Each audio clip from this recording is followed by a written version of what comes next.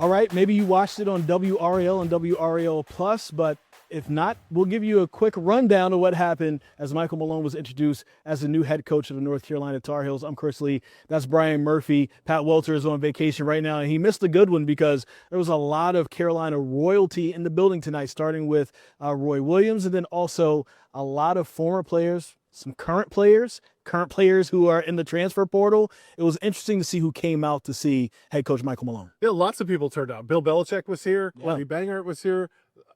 Mike Shaw, who's the head coach of the volleyball team, was here, and he played an important role in helping Michael Malone get here. Probably the lead recruiter. Right, because Bridget Malone, who is Michael Malone's daughter, plays on the UNC volleyball team, and it was through that relationship Michael Malone pointed out a couple of times that he was fired from the Denver Nuggets and thus had a lot of time on his hands last year. And because his daughter plays volleyball here, he and his wife spent a lot of time in Chapel Hill. And part of that time was spent coming to basketball practices, getting to know Steve Newmark and Bubba Cunningham through his relationship with Pat Sullivan. He talked about Hubert Davis. I mean, for a guy who's an outsider to the Carolina family, he sure knows a lot about Carolina, sure has spent a lot of time around the program. For sure. And then just to stay right there on the Pat Sullivan thing, he brought up Pat Sullivan's name a lot today during his press conference and talked about their time going back when he grew up in New Jersey. Of course, Coach Malone grew up in Queens, New York, and they knew each other from their basketball time as kids. And so this is a lifelong connection that ends up benefiting him, right? Like he said that, he had some time on his hands, came down to visit his daughter, and he's like, hey, can I come watch practice? I've got nothing to do. I just got fired back in April, and ends up becoming a head coach out of it, months later. Yeah, I thought the timing was very interesting. Steve Newmark said the first person he called when he started this job search was Michael Malone. I thought it was a call to be like, hey, I've got to find a new head coach. Who should I be talking to? Who should I be looking at? What kind of characteristics should I be looking at? But as Steve Newmark explained to me, no, it was a conversation about interviewing Michael Malone to be the next head coach. Yeah. And after that conversation, it sounds like Michael Malone said, thank you, but look, I'm going back to the NBA. And there were subsequent calls. Michael Malone said every time he said no, he felt a little pang of regret. Yeah. And so that kept the door open. And as North Carolina went through this process of talking to other coaches, including Tommy Lloyd at Arizona, they eventually circled back to Michael Malone on Easter Sunday. Steve Newmark flying from Indianapolis in the Final Four out to Colorado to convince Michael Malone to take this job, and was a pretty good salesman because Michael Malone is now the head coach at UNC. No didn't mean no in that case, right? No meant maybe, and he just didn't know it at the time. And he talked about how Steve Newmark was so persistent with him this entire time, like didn't take that no and just say, okay, well, I tried. He kept trying. And also it was important for him to mention that his wife Jocelyn was also with it as well. And I thought it was interesting him bringing up this idea too. He knows that now coming here as a former NBA head coach, as a former NBA champion, as the head coach of the men's basketball team here at UNC Chapel Hill, he's going to take the spotlight. He was worried about the spotlight being taken away from his daughter, who you said, of course, was, the player on the volleyball team here. I thought that was a very interesting part of the press conference as well. Yeah, I thought it was one of the most interesting parts, right? He talked about how his daughter convinced him to come, and she said, yes, I want you to take this job. But he was worried about, now that puts her in a fishbowl. She's no longer just Bridget Malone, volleyball player for the UNC Tar Heels, who are having a volleyball resurgence. She's been a player. They went to the NCAA tournament this year. That goes all away. Now she's Michael Malone's daughter. Michael Malone is the head coach of the team. I thought that was a really interesting look at their family dynamics and how he asked her repeatedly whether she wanted him to take the job because it's going to change her life in ways that she probably can't even comprehend right now. Yeah. I also thought it was just interesting going in, hearing him talk more and more about his love for Carolina as an outsider. I wanted to ask him a question in particular, and it came to my mind. I had a different question in mind when I raised my hand, but as he was talking, I realized people are, of course, going to judge him based off of if he can put banners up and if he can win ACC tournament, that type of thing. But he's really going to be judged what's going to happen every first weekend of February and every first weekend of March, and potentially a third time in ACC tournament the very next week. And that's going against the Duke Blue Devils, right? And, there's an argument that could be put out there that maybe if John Shire hadn't been doing so well over in Durham, Hubert Davis might still be here. And I thought it was very interesting with his answer that he's ready for that. And he was excited when he watched Seth Trimble hit that corner three for Carolina to take the lead for the very first time of the game and win the game. Him and his wife were jumping up and down, and his daughter FaceTimes him as she's walking out of this building. I thought that was very special and important part of this press conference as well. You know, as great as winning an NBA championship is, and he led the Nuggets to an NBA championship in 2023, pointed out that only one coach, Larry Brown, has ever won an NCAA championship and an NBA championship. That is the task now that Michael Malone has. But as great as the NBA is and as great as winning a championship is, like, those moments don't really happen in the NBA. Yeah. Nikola Jokic can have a triple-double and hit a game-winning shot, and your daughter's probably not FaceTiming you from the game. Yeah. Because that's just what college basketball means, and that's what it means here in the Triangle. That's what it means at probably only a handful of places around the country. And so I thought that was important, and I think that's something that he learned. He talked about Hubert Davis a lot in this press conference, that Hubert Davis taught him that you need to treat this place with respect for all the people that have come before you. And I think we saw that. Roy Williams was here, other former players. I saw Dick Bedore, the longtime athletic director, was here. So that Carolina family came out for Michael Malone. And I think part of the reason he has this job is because of his respect sort of for that history, for that tradition. He said that he wrote Dean Smith asking for a job one time. Yeah. That didn't come up at the press conference, but it's come up in other places. He also talked about how Hubert invited him in and let him come down and sit on the floor and talk to the team, things that are normally reserved for people in the family. So I do think that connection maybe made Michael Malone more palatable, maybe than some other coaches who have zero connection to the university. Yeah, for sure. And somebody who really loves this place, understands what this place means. Let's get down to the meat and potatoes, because right now, as we're talking, the transfer portal has opened about 18 hours ago, 17 hours ago, whatever it was from when we're talking. 1,000 players in it already. It's crazy. Right now, I kind of think it's more newsworthy for players who actually stay, but there's work to do. There's right now 3 members of the North Carolina basketball team who plays, significant minutes, who right now are not in the transfer portal as we're talking. What do you think needs to happen for him to try to retain certain guys like maybe a Derek Dixon? And then look into the portal for other guys. There's a Flory Badunga who's out there, right? There's other big-time names from other big-time programs. What is ahead of him in the next few days to make sure that this team is successful next season? Yeah, well, this is going to come down to money, right? A lot of this is going to come down to money. I thought in the contract it was interesting.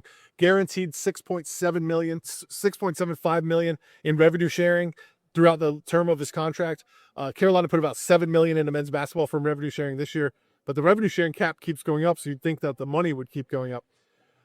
Henry Vesar, I think, is the most important player. Can they get Henry Vesar back? And he's going to cost a lot of money because he has the option to go to the pros. He's also, if he enters the transfer portal, would be one of the most coveted big men in the portal. So can they bring him back? Can they bring Dixon back? Can they build a team in Mike Malone's first year? Because the patience is gone. Yeah. Right? This is not a sport where you bring in a bunch of freshmen and think 3 or 4 years down the line, we're going to be really good.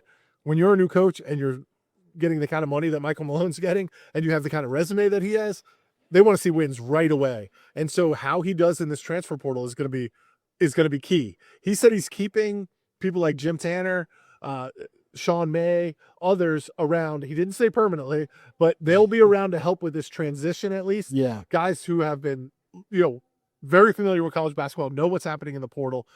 And Sean May was one of the first people to greet him when he came off the plane. Yeah.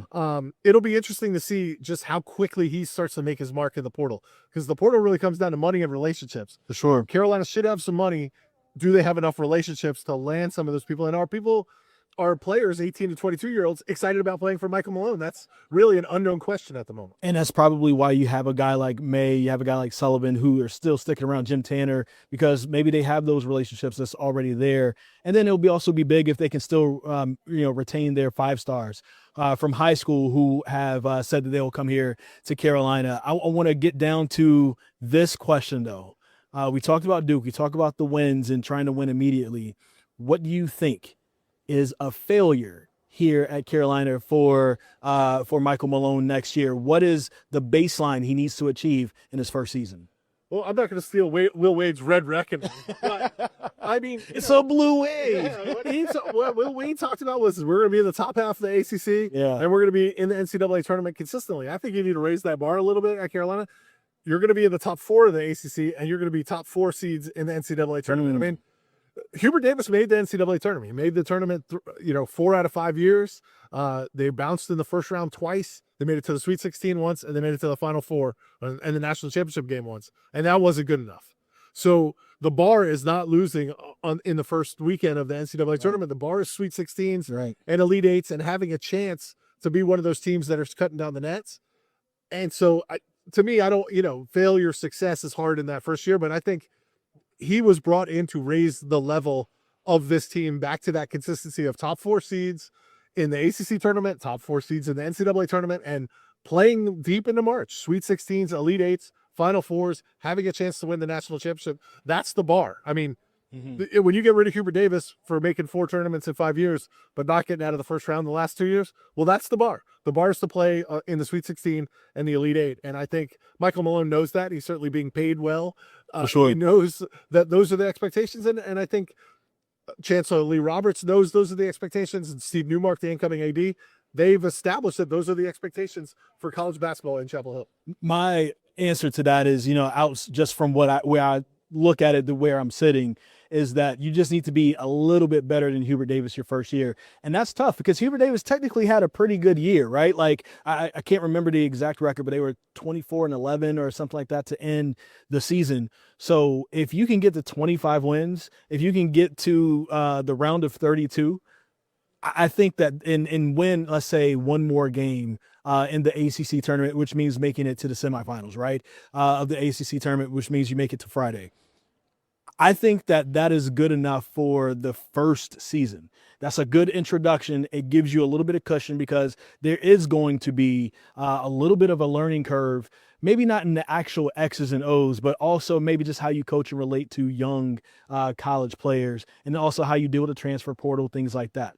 After that, the race is off to the races. Like you have to get close to 30 wins. You're going to have to get to the second weekend of the NCAA tournament and get to a Final Four at least one time within the first 3-4 years. Yeah. And I think, fortunately or unfortunately at Carolina, they've tried this route before. They hired a professional coach to coach a very accomplished professional coach, maybe the most accomplished professional coach to coach their football team. And they went 4-8 in the first season.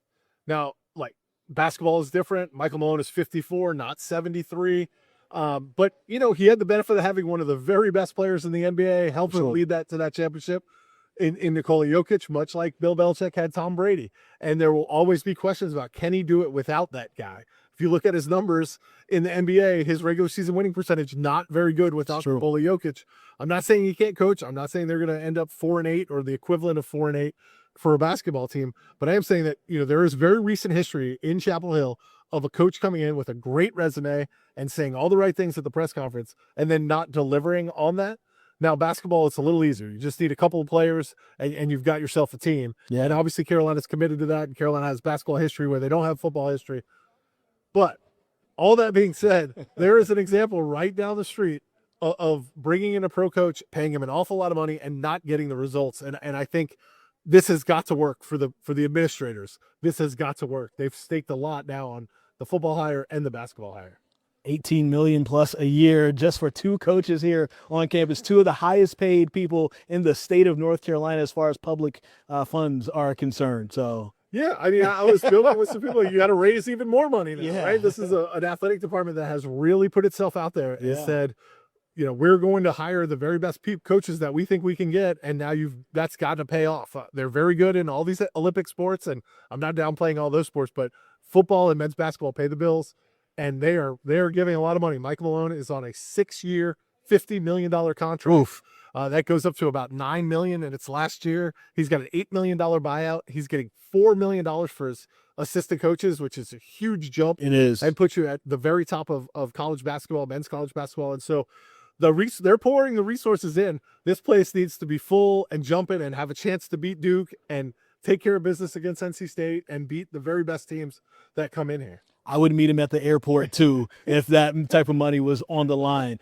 Make sure you go to WRAL.com. All the reporting that we had from the entire day is right there. Of course, we'll have more covering Michael Malone as this continues. I'm sure you'll see our faces a lot more, myself and Brian Murphy, and then also Pat Walter when he's coming back. But make sure you stay tuned right here to WRAL as we have more from the journey of Michael Malone as the new head coach of the UNC Tar Heels.